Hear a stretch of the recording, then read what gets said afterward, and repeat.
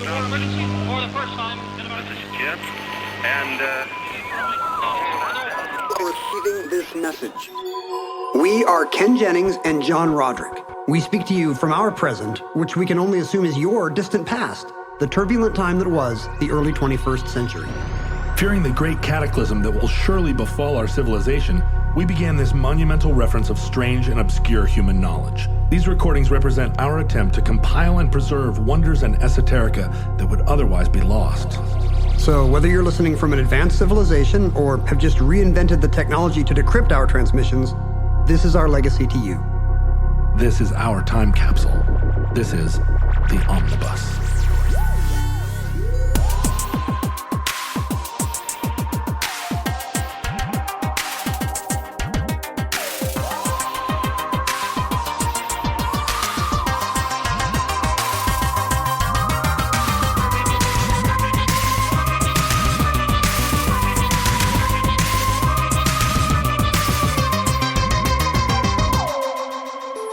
You have accessed entry 877.EX1508, certificate number 53464.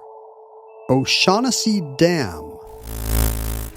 Yosemite National Park lies west of the line of the Sierra Nevada mountains in middle eastern California. You love the city of San Francisco, I know. I left my heart there. We talk about it all the time. And I think my kid left a hoodie on the trolley. And my heart. Have you ever had a glass of San Francisco's clean, pure tap water? It's famous, right? Or is that New York? There's some city that's always talking about how good their tap water is. Is it the Bay Area? Or Frisco, as they like to call it there? New York does love to claim that they have very clean, delicious water, and they're not wrong. But San Francisco is it Aces? Is pretty famous for its delicious water. Yeah, New York water, it comes down from up high, gravity-fed water system, bringing that pure water down. Into the bagel-making plants. Mm-hmm. Denver's got good water. I have a kid that will not drink the tap water in pretty much any city but Seattle. Like, just cannot handle whatever the slightly different set of salts are that makes tap water taste different. It's kind of a bummer on vacation. You wouldn't think San Francisco, given that it is in California, where water is, as we've discussed on the show many times, a constant issue. And the water that they drink in LA basically has been filtered through a raccoon's butt before it even gets into the state of California. By law. The pipe divides into like 100 little parallel miniature pipes, each of which has an unhappy raccoon mounted. And then it reconverges after it crosses the state line. And then comes out of your tap, after a long clanking. The funny thing is, it's just a government make-work program for the raccoons. Yeah. There's no actual health benefits. If you think about what would have happened to those raccoons, though. Keep long unemployment lines. Keep them off the streets. Yeah. It's important. It's like either night baseball or like a never-ending enema. We have delicious water here in the Northwest. I think it's good. It comes right from the lofty snows. You can see the mountains from here. And the snows melt, and nature sows the seeds. We grow the seeds. Sometimes I take a glass of water out to my deck, and I look up at the snows on Mount Rainier, and I think, this is you tomorrow. Thank you. Snows. Thank you, snows of Mount Ida. Thank you, Tahoma. But San Francisco also gets their drinking water from Mount Rainier? From Mount Rainier. That's crazy. Yeah. It comes in a drinking straw that's been laid end to end. No, San Francisco has a kind of unique water delivery system that today's show is an example of a Baader-Meinhof moment for me. We're recording this on Wednesday. On Monday, I was recording my other top-rated and legendary podcast, Roderick on the Line, with my friend Merlin Mann. That sounds good. I'm going to have to check that out, John. You should. You should check it out immediately. But we were talking. Merlin lives. Would you recommend that people pause this entry right now and turn on Roderick on the Line that aired about a month ago? No, I wouldn't do that. You should at the end of this omnibus, start at the beginning and listen to every single one of the 600 Roderick on the Lines in order. Could you do some kind of Flaming Lips thing where you play this episode simultaneously with the episode of Roderick on the Line that contains the Baader-Meinhof synchronicity? In a parking garage in Austin? Yes. On boom boxes? Yes. For South by Southwest. I do believe you should be able to do that. But Merlin, who lives in San Francisco, we were having a conversation and he mentioned the Hetch Hetchy reservoir. Did you say, whatty? And I said, whatty? I would say said, that. Say what now? People would love that. The who? Because I thought that the water in San Francisco came through that sort of riparian clusterwork of swamps and river estuaries that flows into the bay there in the south and east bay. Goes through Sacramento and is this whole bananas thing. And Merlin, who is not an infrastructure nerd like you and I, knew at least that it came through an aqueduct from the Hetch Hetchy Reservoir. And I thought, well, what an interesting thing that I didn't know. And so I started to read up on it. And then yesterday, you wrote me and said, one of our Patreon supporters has requested that we do an episode on the O'Shaughnessy Dam. And I said, O'Shaughnessy Dam. Why does that ring a bell? Is it because I read about it just yesterday that the O'Shaughnessy Dam is the dam that retains the Hetch Hetchy Reservoir? And I said, well, let me do that show, Ken. It was Kathy, by the way, who requested O'Shaughnessy Dam. Thank you, Kathy. Now, I thought was, that's just a thing I thought you said when a big Irish guy punches you. O'Shaughnessy Dam. O'Shaughnessy Dam. It is it's a Mississippi got dam. I don't know what that means. It's all right. You're forgiven. I also thought that O'Shaughnessy Dam would be a bad topic when I saw it first. Do you remember when Kathy originally proposed it? Do you have a date? Well, we haven't recorded in about a month, so I think we've had these for a month or two in the hopper. Right. So it's just a complete, just the electricity of the moment. And you were like... Everybody's talking. You were like, Kathy, I'm sure you're lovely, but this is boring. It's just some dam somewhere. And then Everybody's talking about And then suddenly the universe... Tuolumne River. Just smacked you in the head with the O'Shaughnessy Dam. But the O'Shaughnessy Dam is interesting not just because we find dams interesting. Dams are pretty interesting. And it's not interesting just because we love San Francisco and want them to have clean water. Is it a hydroelectric dam? It is a hydroelectric as well as a drinking water supplier dam. The O'Shaughnessy Dam supplies, the Hetch Hetchy Reservoir supplies 80% of San Francisco's drinking water. San Francisco is one of 20% comes from Dasani. 20% is San Pellegrino fizzy water, right? Yeah. What is that stuff called that everybody drinks? Garbage. 80% of the drinking water and over 20% of the electricity to the city of San Francisco. So it's a big part of San Francisco culture. San Francisco is one of only 6 towns in the United States that is not required to filter their drinking water. Wait, there's no treatment. It's so good coming out of that dam. They treat coming it over that dam. You know, they treat it with. I think they run it through some UV light just to kill whatever seagull poop. And your friends put ayahuasca in it. Yep, sure. That's right. For sure, they do. They then truck it out to Coachella and use it in all their ceremonies. Use it to water their weed gardens. So it's pristine and delicious drinking water, and there's a reason for that, which is that the Hetch Hetchy Reservoir is within the Yosemite National Park. Wait, San Francisco's water comes from a national park? Yes. You'd think that the pure, untrammeled, unmolested waters of our national parks should stay in our national parks to be drunk by elks and pooped in by egrets. That's my position. Well, your position, you are not alone in that position. Is this me and your ayahuasca lacing friends? Well, it is a... isn't it bad? Are there environmental costs to Yosemite for for there being a massive dam on the river there? Yes, there are, Ken, and it was a controversy in its time. In fact, one of the first real national, and by that I mean American national environmental controversies.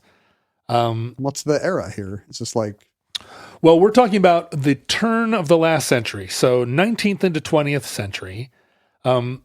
Post John Muir, but not much? Not much. Muir plays a big role in this in all these shenanigans. Yosemite was first discovered by Europeans right around the California Gold Rush. Europeans pouring into... To free climb El Capitan. To free climb El Capitan. Previously, only indigenous people were... It was super hard to get there and super hard to free climb it even then, especially with their technologies. Their moccasins?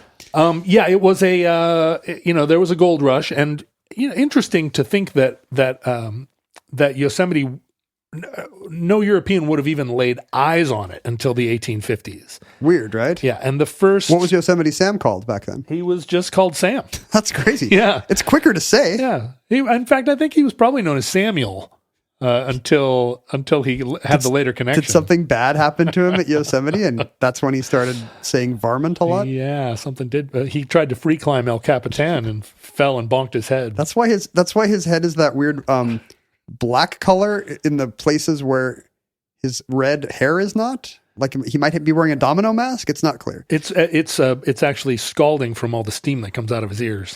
Probably, and all the bruising from falling off El Capitan.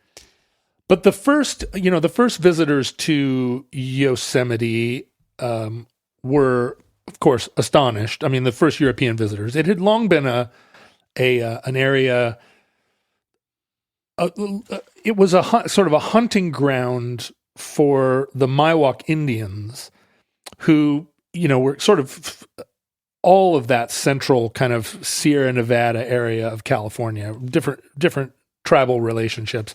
The tribe that lived up in Yosemite itself was called the Awanichis, and the word Yosemite was given to the park by an early white adventurer, and it was a mistranslation. Yosemite, he thought, was Awanichi for grizzly bear, and that gets that idea is still, sure, kind of connected to the Grizzly idea. Bear Valley. I think you'll see a lot of brochures that say no, Yosemite means grizzly bear. I hope it's an embarrassing mistake and it means like tired old woman valley or something. No, in fact, the Miwok Indians referred to the Awanichis as murderers. And does Yosemite mean Yosemite that means, other crappy murdering tribe? It means they are killers. Oh, wow. So it's really a warning. It's pretty. Stay out. It's a pretty metal name for a national park, though. It's super metal. So stay out of Yosemite, even today. It didn't work, sadly. It was so beautiful there that visitors began to flood in, I guess. Well, the Europeans that wrote, the white Americans that went to Yosemite during the gold rush of European extraction, and then wrote effervescent, effluvient, effusive. There it is. Effulgent. They wrote effulgent essays about how beautiful it was there and how unspoilt. And you're getting into the age of photography, so people could start to see these vistas and be like, whoa, this is like better than Switzerland. Right. And it was an era in the United States, sort of post-Walden, where and during that American School of Painters where they were painting these wonderful vistas of the Hudson River Valley. There was a new awareness in the 1850s and 1860s of American natural abundance as something other than just a resource to be exploited. Look at all those trees to cut down. And again, this is always it's always initiated. It's the province of the lazy rich, right? Who can afford to look upon the sequoias and not think, boy, if I cut that down, I would make a bunch of money. It's always, either the lazy rich or somebody who's running away from a bad marriage and wearing a buckskin jacket with fringe and going, why not both? Exactly. If I had a ton of money in a bad marriage, that's what I would do. But no less a person than Abraham Lincoln. What? Set aside Lincoln cameo. Ooh, Yosemite initially as there was a land grant or a grant that Yosemite be preserved as a there was no such thing as a national park. Right, that's a grant administration innovation, right? Yellowstone is still a decade or two off. So Yellowstone was the first national park in 1872, but the idea of preserving Yellowstone as a park, some kind of federal public land, was a product of having originally set Yosemite aside. Oh, it's the trailblazing property where it's like, this is so good, we need some kind of special status for this. Exactly, and a national park hadn't yet been conceived, but it was established as a kind of grant territory, and it was administered initially, or his title was the Guardian of the Grant. Ooh. By a man named Galen Clark, who was a guy who his wife died young, and at age 43 he contracted tuberculosis. And you're describing everyone in the 19th century. The doctor said, go somewhere where the air is clean because you're either going to die or not. He needed dry desert air for his lungs. And so he put on a buckskin jacket with fringe and headed west and found himself... No pants? It was just a long buckskin jacket. I hope he that didn't fringe need pants was... then. No, you did need pants because there were a lot of mosquitoes in this region then and now. But he ended up there and found, kind of an unspoilt Yosemite and became a great advocate for it and someone who, became a national figure as a result of his administration and identification with Yosemite. And he's the one that discovered the Grand Sequoia and popularized them and wrote the first book about the sequoia. Are there sequoias on what is now Yosemite National Park, or was he just going all over California? Well, yeah, the famous sequoia, the most famousest of all the sequoia, the Wawona tree, which is the one that. But this is not the General Sherman or whatever. Those are over by the coast, right? Somewhere. Yeah, they're the ones that are. But the Wawona tree is the one in Yosemite that they cut. Oh, the hole in? They cut a hole in and drove wagons and trucks and cars through. You can't drive through it anymore. This used to be a proper country. The problem with the Wawona tree, at least, they cut that tunnel in 1881. And if you can believe it, driving cars and wagons through a tree it's not good for the tree. Is not good for the tree. And in 1969, the tree fell as a result of a big snowfall. I never should have got that Wawona Forever tattoo. I really regret it. This is one where I'm going to acknowledge that joke, but I'm acknowledging it under duress. I'm sorry, that's not even a joke. It's a reference. It's a pop culture reference. It's a Gen X pop culture reference. You can look it up if you're too old or too young for that. The tree was 2,100 years old, but it didn't survive even 100 years of European Americans. Presumably the first 2,000 years was having many fewer wagons driven through it. And it probably thought that all the time. Come, boy, swing for my apples. Don't drive a wagon through my trunk. But there's a grove of giant sequoias called the Mariposa Grove. And, these were sort of Galen Clark's, they were magnetic trees. He would go and hug them and they would remove all of his black bile. These were his improvements? Do we know anything about what the local tribes that wanted to live and hunt here thought? I guess they're just out of luck. Well, we do know. I mean, these were hunting grounds, and like wonderful sort of grass valleys that were actually managed forest, in the sense that for thousands of years, the Native Americans had been doing controlled burns of what would normally be forested valleys in order to keep the valleys clear to have as hunting grounds. So they were not, there's a lot of snow up there in the winter. I don't think that they were full-time, a place that you would build a year-round community. But of course, nomadic people. Yeah. But they were well used. And when white Europeans came, there were people living throughout what is now Yosemite Park. And there was the inevitable several decades of encounter where it was a question of whether or not the Native Americans should be there at all. There was actually a war, the Mariposa War, where some San Franciscans mounted a posse and went up there because the Native Americans kept bonking people on the head in the middle of the night. So-called liberals, huh? And I know, San Francisco. Limousine liberals. Tell you what, it was the second there's a homeless guy on your street. Their school board went up there and did a lot of murdering and depopulating. There was after it became a park, there was a long period where there were some villages within the park, and the attitude was that the Miwok Indians could be sort of not on display in the park exactly, but creating part of its baskets, rich cultural heritage. Yeah, like part of the tourism industry. They did that when Disneyland opened. They'd bring in like native people and have them just kind of chill and do dances and stuff. They don't do that anymore. I feel like I saw that even in the 70s. Yeah, I think that's possible. Yeah, pretty sure. In Tomorrowland, they should bring in real aliens too.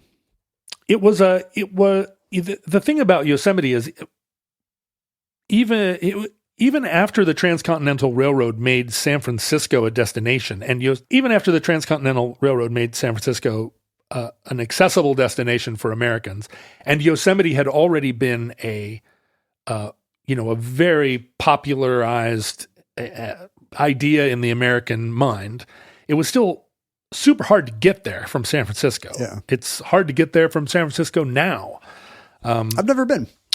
I have never been. Is that true? Either, and it drives me crazy. It's so easy to go to California and not go to Yosemite. Yeah. Like you go to the stuff around the Bay Area, you go to the stuff around Southern California. Not only is it easy, but I have been to all four corners around Yosemite and have just never gotten in because there's no road from one side to the other. It's hard to be on one side and go, we'll just cut across through Yosemite. You really have to go in and then come back out. And I've never done it, and I'm bummed because it is now in 2016, for the first time, they went over 5 million visitors a year. And by 2020, you needed reservations to visit Yosemite Park. In my experience, they're pretty good at managing that stuff better than you would think. They know when to, shut parking lots off to cars, switch people to shuttles. The National Park System does a great job of keeping those places humming, even when they're slammed. Yeah, but it adds to the scariness. We were driving past Yellowstone last summer, if you remember, and we were up in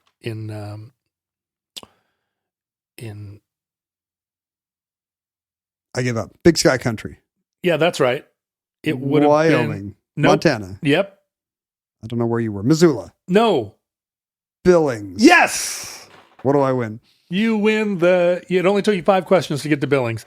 I was sitting here thinking Billings, because I have a lot of friends from there that are super mad if they're listening to the show, but thankfully they don't have electricity in Billings, so they're not likely to be listening. They'll get podcasts one of these days. But we were in Billings and looking at there are all these online, like how to get to Yellowstone kind of, in the moment apps, like, is this road crowded right now? Is this road closed? Are there any buffalo or people from Idaho trying to kill wolves? It tells you everything. And it just looked like a big deal just to get in and get out. A vortex. So we avoided Yellowstone, and I have not been there either. I have not been to Yosemite or Yellowstone, the two great capstones of the American National Park System. You're just going in system. alphabetical order. You're going to all the parks, and you're going to get to Y one of these days, and then you'll finally go to Zion, and you'll be done. It's a long way off. It was John Muir who really sort of made Yosemite his special case, right? He loved it there, and he was a member of this new generation of preservationists. And within the United States environmental movement, there really are two sides, and we're going to talk about both sides here, Ken. So a lot of our listeners who don't want to talk about both sides, they should probably punch out now. We're talking about both sides. Of which particular issue? Of the environmental movement. Should there be an environment? We're gonna argue both sides. The people that think there should not be an environment have just as much right to say so, Ken. I don't know what they're breathing. Which side am I arguing here? Well, now this is a good question. Here, and I'm going to lay it out for you. The difference, you have a big kind of white beard like John Muir. Maybe you should be the environmental side. Thank you. It's not that big yet, but I'll be the evil industrialist. You should see Galen Clark's beard at the end of his life. It's quite lovely. And as a young man, he's very handsome. He looks like a sort of like a Father John Misty with consumption. Father John Misty looks like he has consumption. Yeah, the older, he looks like an Old Testament prophet at the end of his life. He does. This is which amazing. Is what I hope to one day be. But the conflict in early environmentalism is a conflict that still exists, and that is between the conservationists and the preservationists. Well, I don't know if I could say the difference. Well, conservationists basically believe in preserving natural wonder for the consumption of the greatest good, for the use of the greatest good, to serve the most people by selectively managing the forest, by having boating on the lakes, by making the parks accessible, like you're talking about Yosemite, Yellowstone. They have a lot of infrastructure to allow the greatest number of people to enjoy the park and use the park. And that would include logging the forests as needed, ecologically appropriate, That's right. Or even if we just want some cheaper wood. And there are lots of institutions in America, like the Forest Service is a conservationist group. They want to preserve the forests, but they log the forests rather than allow the forests to be just plowed under, right? They are trying to strike a balance between preserving it in as natural a way as they can, but also to derive the greatest benefit from it. And the idea, and within conservationism, the idea is that you preserve it for future generations, right? That's there too. It's not just use it to the greatest good within our lifetimes. It's got to be sustainable, whatever you're doing. Gifford Pinchot, who figures in this story a lot, and there's a very large national forest here in Washington State named for him. He said conservation is the greatest good to the greatest number for the longest time. What did Bronson Pinchot say about Bronson Pinchot said? Did he say, now we do the dance of joy. Stick this banana in your tailpipe, is what he said. And it's a principle called conservation through use. Now, preservationists, and John Muir is the kind of the figurehead of this, and the Sierra Club was founded on this idea. Preservationists believe you should keep it pristine, as natural as possible, to be enjoyed only by people that can hike in and leave no trace. Right? This is the bury your campfire crowd. No picnic shelters. And there's a lot, and that is and it premised on the idea that once it's been logged once, it's never pristine again. There's no way to get an old growth forest a second time. And they're not wrong. They're not wrong. And there are kind of two national groups. The Sierra Club was founded in 1892 by John Muir, but there's an older group founded by Teddy Roosevelt called the Boone and Crockett Club, which was formed in 1887. And Boone and Crockett is a conservationist organization. Sierra Club is a preservationist organization. I think it's funny that Daniel Boone and Davy Crockett, who probably didn't have very enlightened or modern thoughts about ecology, are this almost not. They just spend a lot of time outside, basically. Of all the Americans we can think of in history, they're the ones who were in the forest a lot. If you think about that buckskin crowd, hat tip to somebody that's willing to put what they own on a donkey and walk into into a world. It seems a lot more difficult than my life on 100 different axes. Yeah. They probably had some pretty revisionist ideas, but or revanchist ideas, but they also every night built that little fire. And I mean, I'm not a member of the Boone and Crockett Club. Is it still extant? Yes, absolutely. And their idea, Boone and Crockett. I feel like by mentioning it, they're going to send us memberships now. Yeah, well, somebody will write in and go, I'm a card-carrying member. I've been a Boone since 1987, and I hope to be a Crockett soon. You sent me that email the other day from the person that was like, oh, I'm in the Knights Templar of, right. or the Free Templars of Washington State. By the time I read those letters, I don't remember the actual referent. Yeah. So I'm like, what is even happening? I have aphasia every time I read an omnibus. If you think about organizations like Ducks Unlimited, where you think Ducks Unlimited, that is a confusing name. They are about preserving wildlife in order that you hunt them. And I want to limit them myself. Therefore, they should be unlimited until I get there. But what Boone and Crockett, and this is a result, this came from Teddy Roosevelt's experience of going out and shooting 100 rhinoceroses and then having a come to Jesus moment when he realized, wait, if everyone shot 100 rhinoceroses, there would be no rhinoceroses. To his credit, he didn't say, well, I'm glad I got here first.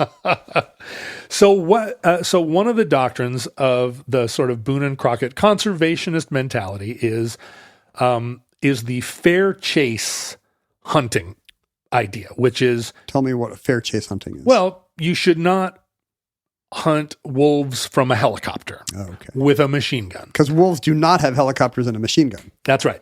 You should... I mean, they don't have a rifle either, but we'll overlook that. You should be able to hunt, but it should be hard.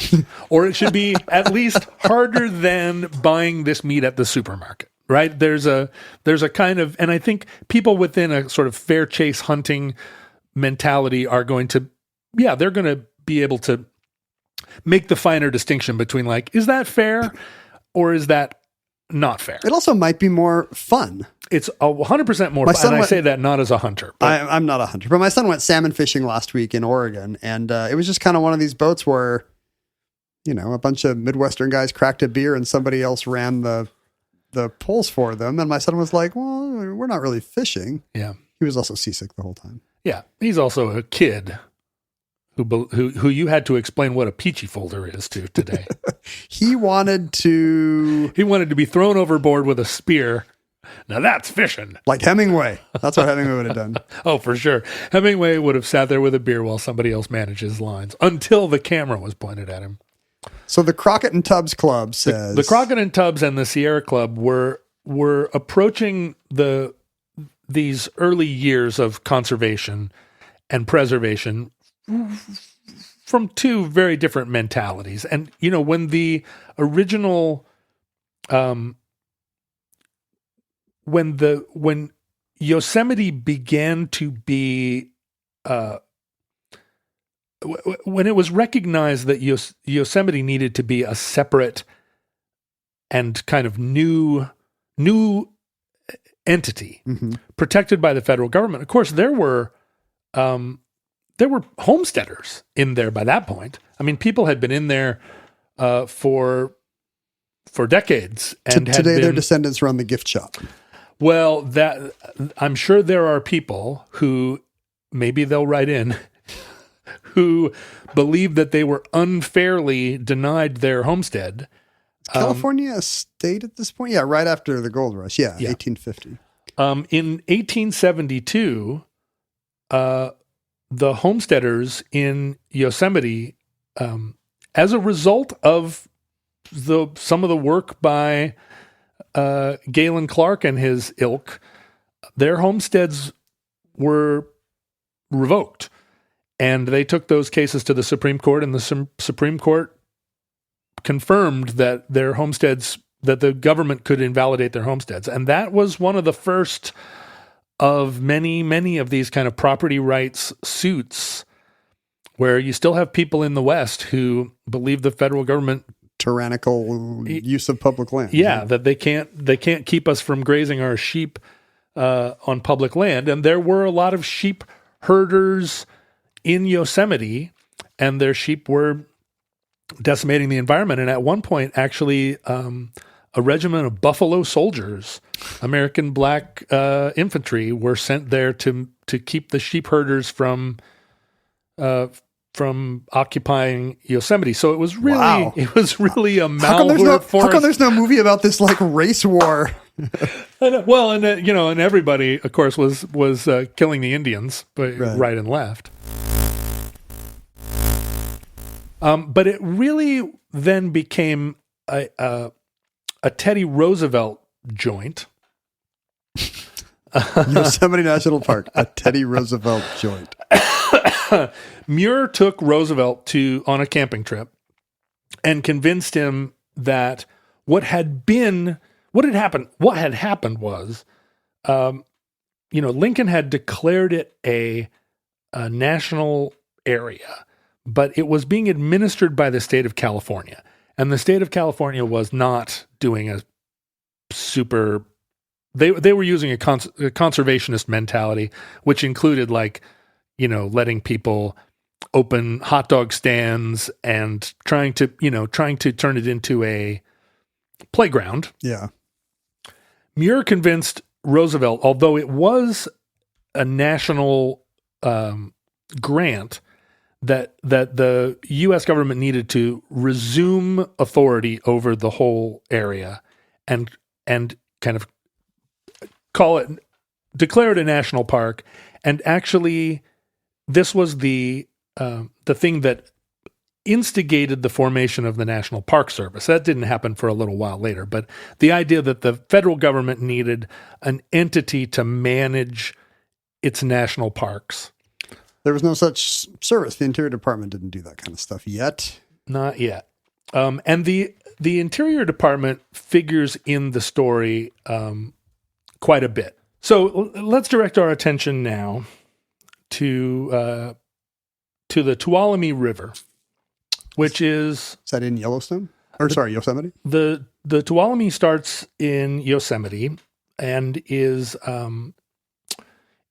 the river starts at about 8,000 feet and is a tumbling, beautiful little brook that ran down through a canyon that a lot of the people that saw it firsthand believed was as beautiful as anything in Yosemite. An unspoilt, natural canyon that, had a valley floor that was these gorgeous meadows, a couple of the tallest waterfalls in the United States, an abundant and verdant mountain garden. Was it off the beaten path enough that it wasn't visited a lot? Or? Yeah, so not part of what we think of as Yosemite that has all the hot stuff in it. It was a separate valley over a different river in a different valley, but part of the entire park and kind of the even more unspoiled than Yellowstone Valley, because it hadn't attracted all these hot dog vendors and bearded free climbers.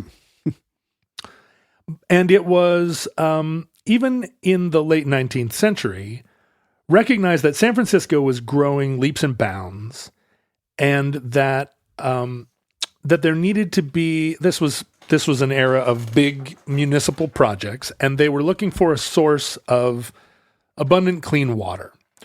At the time, there was a monopoly. The Spring Valley Water Company had a monopoly over the water provided to San Francisco, and they were price gouging.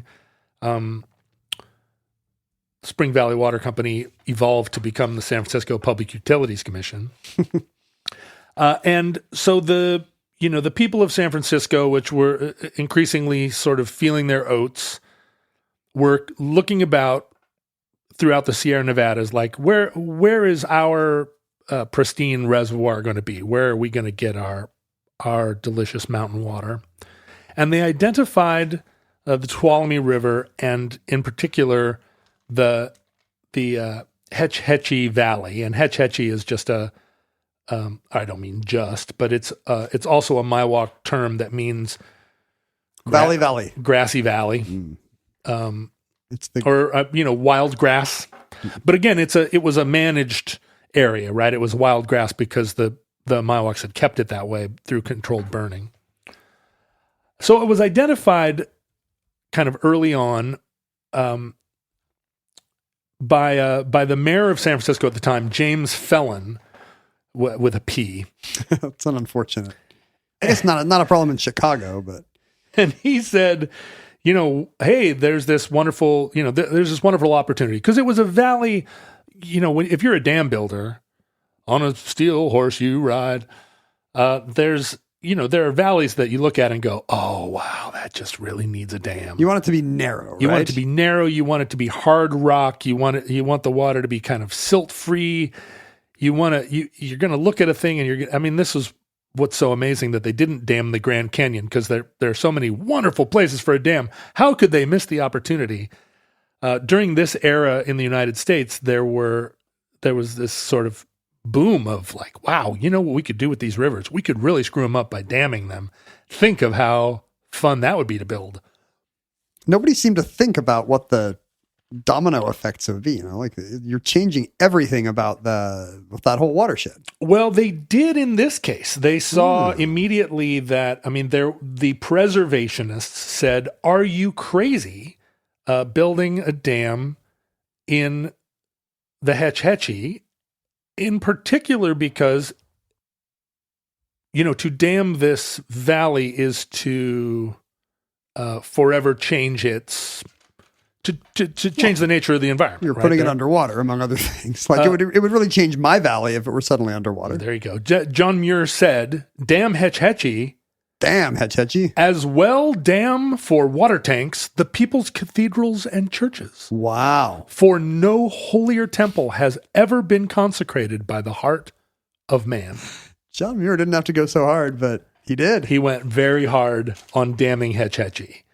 And Teddy Roosevelt. I knew who you meant. He recognized that that the environmental question in that moment, not just around Hetch Hetchy, but in general, was a fundamental one. And he said, he actually used the word fundamental, so I'm cribbing from him. But he said, the conservation of natural resources is the fundamental problem. Unless we solve that problem, it will avail us little to solve all others. He's right. Like today we realize this today lots of us in our society recognize that there's a lot of existential threats like climate change. And then there are things like gas prices that are not so much. But right. That seems like an early recognition of this. That if you don't preserve the environment, little else matters. And you would not think, given our rhetoric today, that you would be able to go back so far to the 19th century to find people that basically concurred. Although you couldn't get half of America to agree with Teddy Roosevelt today, right? And he was a Republican. So this became an issue in the U.S. Congress, and there were a lot of advocates for this kind of big project, and there was a lot of pushback against it, and some of it had to do with federal power. But in 1901, the Congress passed the Right-of-Way Act, which gave the Secretary of the Interior the right to grant water rights to municipalities like San Francisco to say, well, this, the water here will find its use serving the greater good by being fresh water for the city of San Francisco. The Secretary of the Interior at the time, Secretary Hitchcock, denied the request to, even though it was, an act specifically to give his office the power to do it, felt that San Francisco was overreaching and turned him down. Huh. But then the San Francisco earthquake in 1906 changed the equation, because if you recall, the aftermath of the San Francisco earthquake was the Great Fire of San Francisco. And if we just had a reservoir full of water, we could have put out these fires. That's the thing. There was a great awareness that San Francisco did not have access to enough water, and whether or not Hetch Hetchy would have given the fire departments and their horse-drawn pumping trucks. I don't know if they were the limiting factor. I don't think it was a lack of water. San Francisco, they could have just bucket brigaded up from the bay. But it did change the conversation around the damming of the Hetch Hetchy. Now, Roosevelt declared Yosemite in its entirety a national park in 1906. The dam had been proposed already several times, but in 1906, the new Secretary of the Interior, James Garfield, the future president? Son of the former president. Oh, what year are we in here? We're in now 1908. Okay. Slain President James Garfield's son is now Secretary of the Interior. Right. He avoided a Hunter Biden scenario and got an office job. He said, look, the Hetch Hetchy Valley is not unique. A lake would be even more beautiful than its meadow floor. Hey. Is that how we're making these decisions? Whether just some guy with a mustache thinks water looks better than grass? And then he says, and the hydrological power generated by the dam could pay for the dam. So it's not a question of cost. We'd be leaving money on the table. Hell, it pays for itself. Plus, water is better than grass any day. So Garfield approves the project. Damn fool idea. Oh. The joke acknowledger has logged on. Boo. I heard you make a pun, Ken. Now, at this point, we're in the first Roosevelt administration. But then, of course, as you know, as a student, or as somebody who has memorized all the presidents and vice presidents. You were going to call me a student of American history, and you were like, that's a little too much credit for you, flashcard boy. Let's not go that far. Who succeeded President Roosevelt in the presidential leapfrog? Presidential leapfrog? Yeah. Is that what it was called? Presidential naked leapfrog. Who came after Roosevelt? Taft. That's right, Taft. America's largest president until recently. And Taft appointed as Secretary of the Interior a man named Richard Ballinger, who was formerly the mayor of Seattle. Is Lake Ballinger up north named for him? Probably, right? Yeah. Weird. He was Secretary of the Interior. It's weird that a Seattle mayor would be a national figure in like 1908 or whatever this is. Yeah, pretty crazy. And he was involved in a lot of scandals, including one where he tilted up against Gifford Pinchot, who was the head of the U.S. Forest Service in 1905. And Pinchot was a conservationist. You would not call Ballinger a preservationist by any means. But during the Taft administration, there was a lot of sort of back and forth around whether or not the Hetch Hetchy Dam could proceed.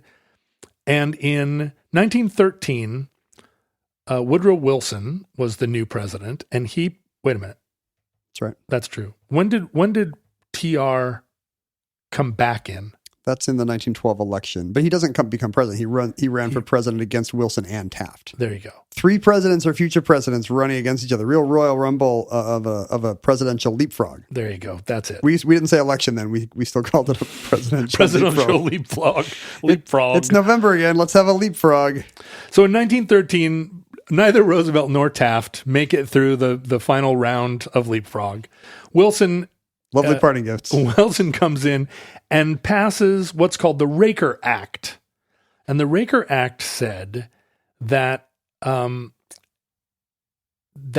in a public works project like this, the city of San Francisco could argue that the water of the Tuolumne River dammed behind the dammed in the Hetch Hetchy Reservoir did function as the greatest good.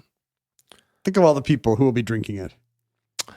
Because at this point, it is a national park, and and Muir is really agitating for the fact that, look, if it's a national park and we cannot even preserve it from being dammed and flooded, and this is sort of the thing that instigated then the National Park Service.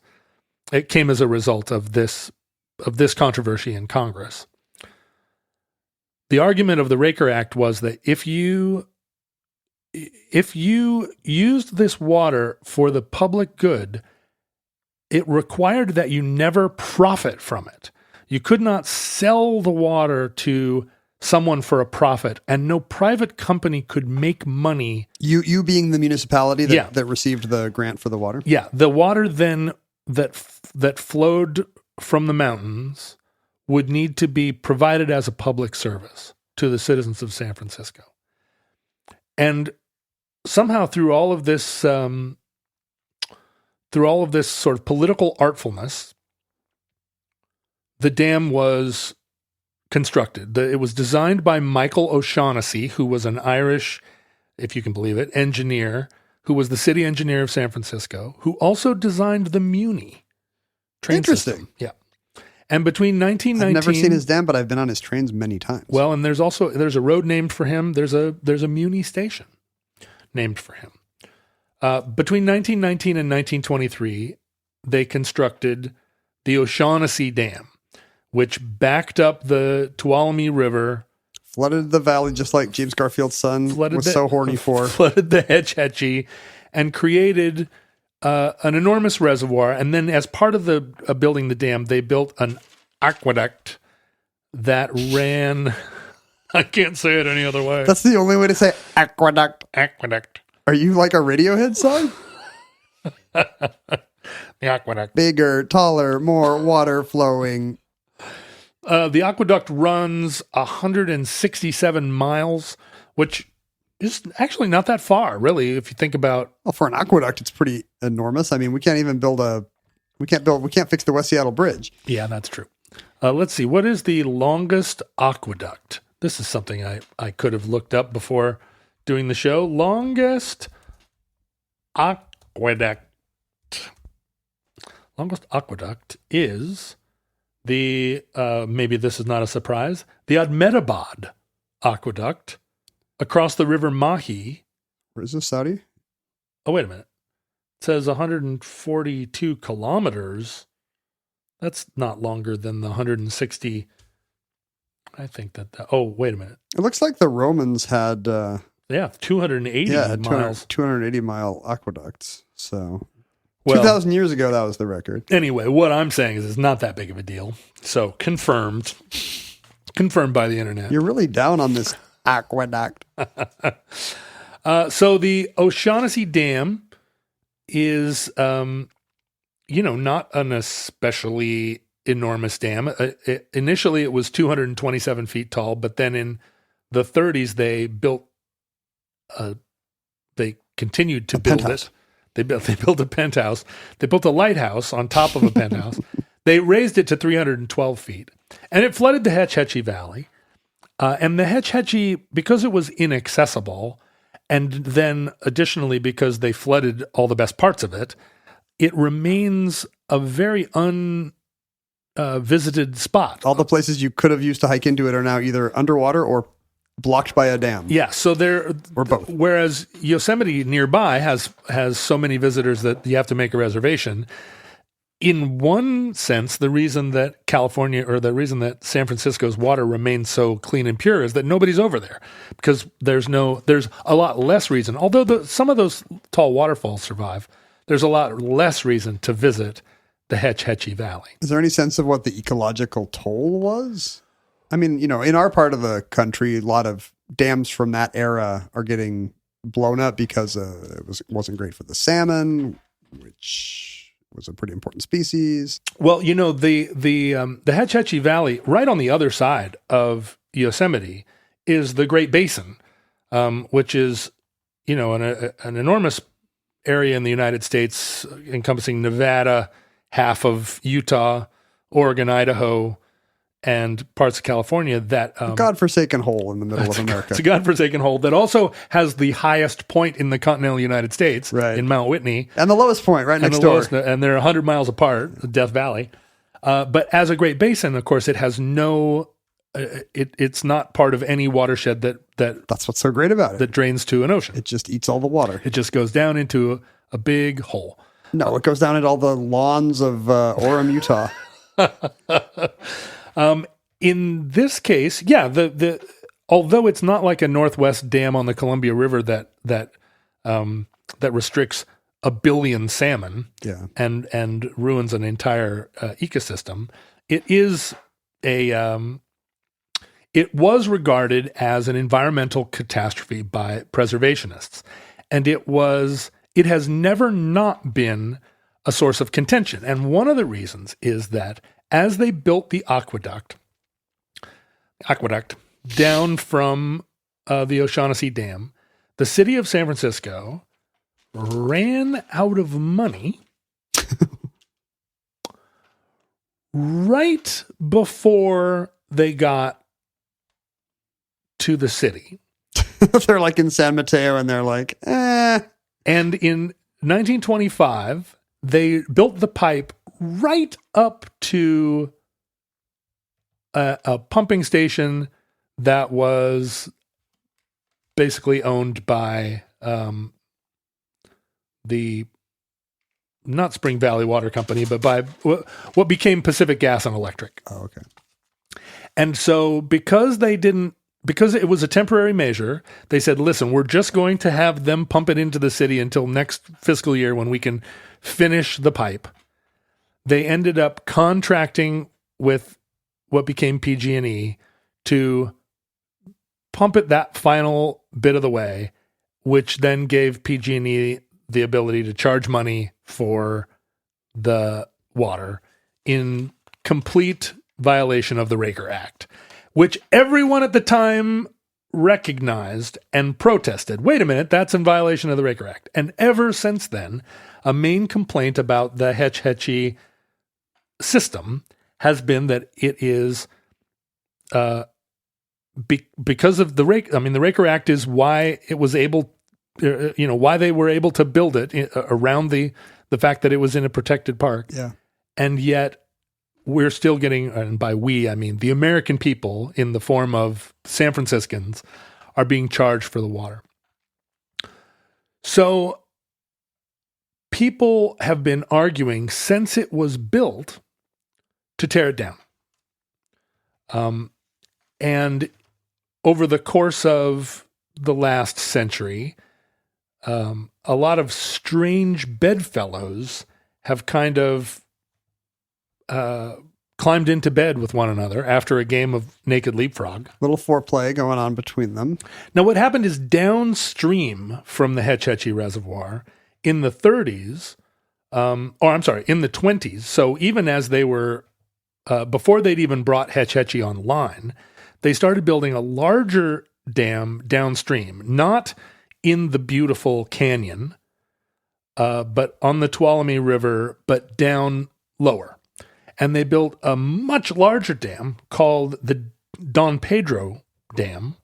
And you would think, it being called the Don Pedro Dam, that it would be named after some Spanish land grant holder. but in fact, it was named after somebody's cute burrow. No, it was named after a Frenchman named Pierre Saint-Savin, who was responsible for cultivating wine, sparkling wine, and they called him Don Pedro because, and that's the dam is named after Don Pedro. Being a ranchero is just a state of mind. So they built an enormous dam called the Don Pedro Dam in the 20s, and then in the 70s, they went downstream of the old Don Pedro Dam, and they built an even bigger new Don Pedro Dam. Do these just flood the old ones every time they build a new one? That's what's incredible. The old Don Pedro Dam is hundreds of feet underwater in the reservoir held back by the new Don Pedro Dam. It's not a very good dam if like 100 feet of water are going above it at all times. It's the minimal thing a dam should do is dam. I super duper want to go scuba diving in the Don Pedro Reservoir and see the enormous Don Pedro Dam. Like you talk about like flooding the ancient Egyptian temples with the Aswan Dam. Yeah. You're actually flooding subsequent or prior dams with your new dam. It's really insulting to the old dam. So a lot of people, even in the time, said, why did we need to build the O'Shaughnessy Dam and flood the Hatch Hatchie when the Don Pedro Dam is bigger and further down? It's also on the Tuolumne. It's just further down. Further down. Huh. But the water that goes to San Francisco is through the aqueduct from Hetch Hetchy. So it never bypasses Don Pedro.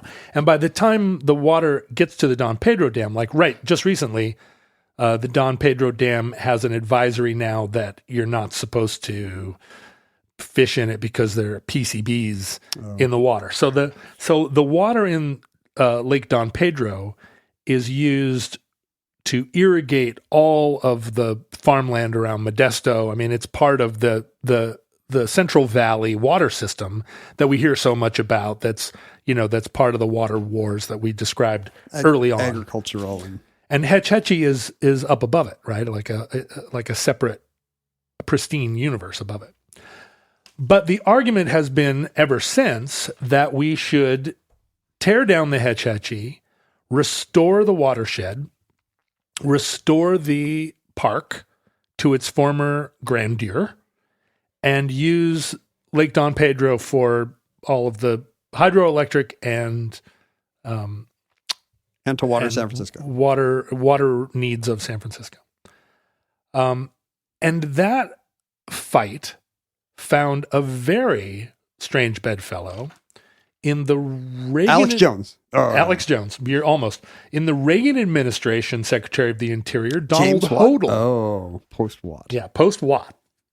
And Hodel came out in favor of exploring tearing down the Hetch Hetchy Dam. And in fact, George Bush the First actually appointed a commission and funded it to explore tearing down the Hetch Hetchy Dam. And there's a lot of, we don't ascribe to conspiracy theories here at the Omnibus.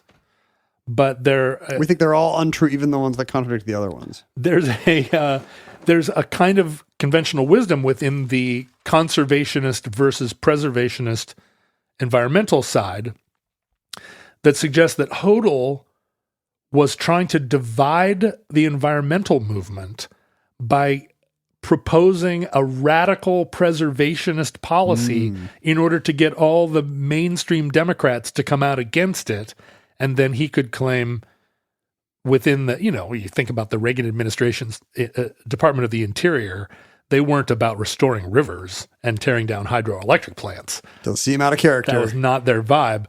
So it was seen, I think, in the time as a way to discredit, cynical tactic. Yeah, right. To turn it on its head. And when have you ever seen a Republican preservationist? It's a rarer combination of factors. But the city of San Francisco has resolutely resisted the idea of tearing down the Hetch Hetchy.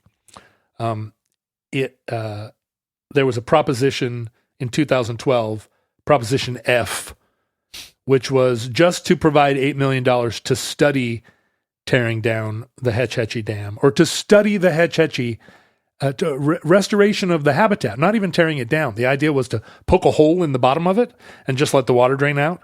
Don't bother the hundreds of millions of dollars it would take to tear it down. But it does drain the valley. It would drain the valley. The residents of San Francisco resoundingly rejected Proposition F. Maybe the rest of California should get to vote on that. Maybe it shouldn't just be San Francisco city limits. It's everybody's valley that's getting flooded, San Francisco. Well, in 1999, the Sierra Club, now swinging in on a preservationist vine, sued. I guess they formed a group called Restore Hetch Hetchy, and then it wasn't until 2015 that they sued, based on the California Constitution, saying that basically Hetch Hetchy was in violation of it, but a judge rejected their suit because the California Constitution wasn't adopted until 1928. So the Hetch Hetchy predated the California Constitution. So at the present moment, the Hetch Hetchy continues to provide San Francisco with its electricity, although they have started to reduce the amount of hydroelectric they produce during the day because there's so much solar power now in California that now hydroelectric's the bad. They can draw it back, bad regressive energy. But they let the water through at night because that's when the solar power sees a dip. That's when Jack Nicholson won't notice. It's a tiny little dip. I don't know why. I don't know why it would go down during the night. So Hetch Hetchy still. It's still illegally hanging in there. There are a lot of dams in the Northwest that the argument for tearing them down is it has very little to do with the restoration of the natural beauty and a lot more to do with salmon runs, right? Yeah. We see the salmon as super important to our regional identity and they're in big trouble. They're in crisis and people are considering big, bold solutions. Yeah, if your son would stop fishing for them on the open ocean. He threw his back. They're only allowed to catch hatchery salmon, and he threw back his wild one. I'm sure it's spawning somewhere right now. But someone made the interesting observation that if we drained the Hetch Hetchy and the beautiful grassy meadow that offended James Garfield so much was restored, it would almost immediately become a forest again. Because the Miwok Indians wouldn't be there doing controlled burning, and then this is now an employment program for local California indigenous people. We need you to come build a Potemkin village and use your traditional ways to keep the valley floor clean. We're against trees. If you see a tree growing at any cost, get rid of that. See, you're splitting the environmental movement, Ken. You're pitting the tree people and the grass people. Tree huggers and grass huggers. I've always been a grass hugger. And that concludes O'Shaughnessy Dam. Entry 877.EX1508. Certificate number 53464 in the omnibus. Futurelings, thank you for listening to the damn show. It was full of damn information, full of a lot of damn facts in the damn show. You can find out more about the damn show and the damn facts by looking up at Omnibus Project on Facebook and at Ken Jennings and at John Roderick on Twitter. John really shouldn't be there, not even at night when solar makes electricity dip. Especially not at night. No. That's when I have the hardest time not replying angrily to people that don't understand. You should have a 7-minute gap a day when you allow yourself to go on Twitter. What if I got an anonymous account and I went on telling people they were wrong? And then, I'm a big fan of John Roderick's, and you suck. No, just telling people they're wrong about other stuff, not having anything to do with me. I mean, the whole fun of being on Twitter is to tell people they're wrong. And then that account got like 1 million followers because it was so funny and cool and smart. We love Wrong Guy. People try to get you people try to ask if you have a band they can sign. People ask if you want to start a podcast. I wonder if at wrong guy is available. I'm pretty sure. But all those like super easy handles were like taken in the early months of Twitter by somebody who never posted. Yeah. So like at wrong guy is going to be like, hey, what's up, Twitter? Just trying this out. No, and then no posts since then. Ever again. No followers. So actually, at wrong guy. Oh wait, wrong guy with 1 G. Wouldn't that be more like wrong ooey? Is a guy named Rafael Pereira in Rio de Janeiro. Now let's see wrong guy with 2 G's. I'm noisily opening mail, sorry. Wrong guy with 2 G's. Oh my God. It's a musician. He has 2 followers. He joined in November 2008. See? And his posts, his first post, Ken, you're going to love this. He has 3 posts. I called it. His first post is wasting time. No, why the repeated E's? Why the repeated silent E? He's wasting Puzzling. time. And then his second post is friends, question mark. And then I think the answer is no. You do not have friends. It's over. Wrong guy is over. Oh, I hope he's all right. I'll give you $1 million for at wrong guy.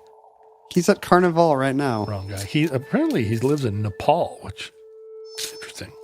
Okay, it sounds like you're over there in the mail bin. I'm opening stuff noisily. You can email us at theomnibusproject@gmail.com. But should you want to send us physical items, of course, email doesn't work for that. We don't have a 3D printer on the other end. So you can send us mail at P.O. Box 55744, Shoreline, Washington, 98155. We don't live in Shoreline, but our P.O. Box does. We both once lived in Shoreline. That's correct. Well, yeah, no, that's true. When did you not live in Shoreline? I lived in Edmonds. And I'm not sure, when I was little, did my parents ever have an apartment in the Shoreline city limits? I'm going to say no. So I'm the only one keeping it real, having lived in Shoreline. Yeah, keeping it real in Innis Arden. Tyler from Vancouver Island says he wanted to send us something that wasn't a severed foot. And it's true. This does not appear to be a severed foot, which is always nice when you're opening the mail. Good. It's not a severed foot. He has one of those wood burning kits, apparently. This is nice. Look at Tell me more. This is now oh, here comes the lightning storm. He has now made us this attractive plaque. In this house, we are pro-vaccine, anti-Hitler. Where are you going to hang it? I mean, where couldn't you hang it? Front lawn, right? Put that right on the front door. That's just going to go right here in our omnibus, super wall. Oh, wait, it has both of our college diplomas. He also sent you some guitar picks, which I think Cool. I threw away the envelope prematurely. Where are the guitar picks at? Oh no, the lightning's back. Because he says he has a guitar business where they make microtonal guitar necks, and here are the picks with, in fact, the logo of microtonalnecks.com. So if anybody out there has been listening to the show thinking, as soon as this ends, I'm going to go buy some microtonal guitar necks, but I don't know where. Good news. I'm glad you stayed through the outro. Microtonalnecks.com. His friend David both designed the logo and introduced him to Omnibus. Here I go. Here's also a note from Sharon, she's the one who sent us the Star Trek fonts. Yeah. That was fun. She feels bad that she has never sent you anything that you would love as much as I loved the old-timey Star Trek fonts she ought to feel bad. On 3.5-inch disc. So she has sent you a t-shirt. Oh, she shouldn't feel bad anymore. For the Society of Honorable Indiana Troglodytes. It's an unfortunate acronym. I love these 3 guitar picks that I have here now. She says she doesn't know if it'll fit you, but it's an XL. Well, then it will fit me. I don't know that it would fit John, although he could use it as an incentive to lose weight to fit into it. Ouch, Sharon. Jeez. Christmas. Here's your XL shirt if you ever lose some pounds, Tubby.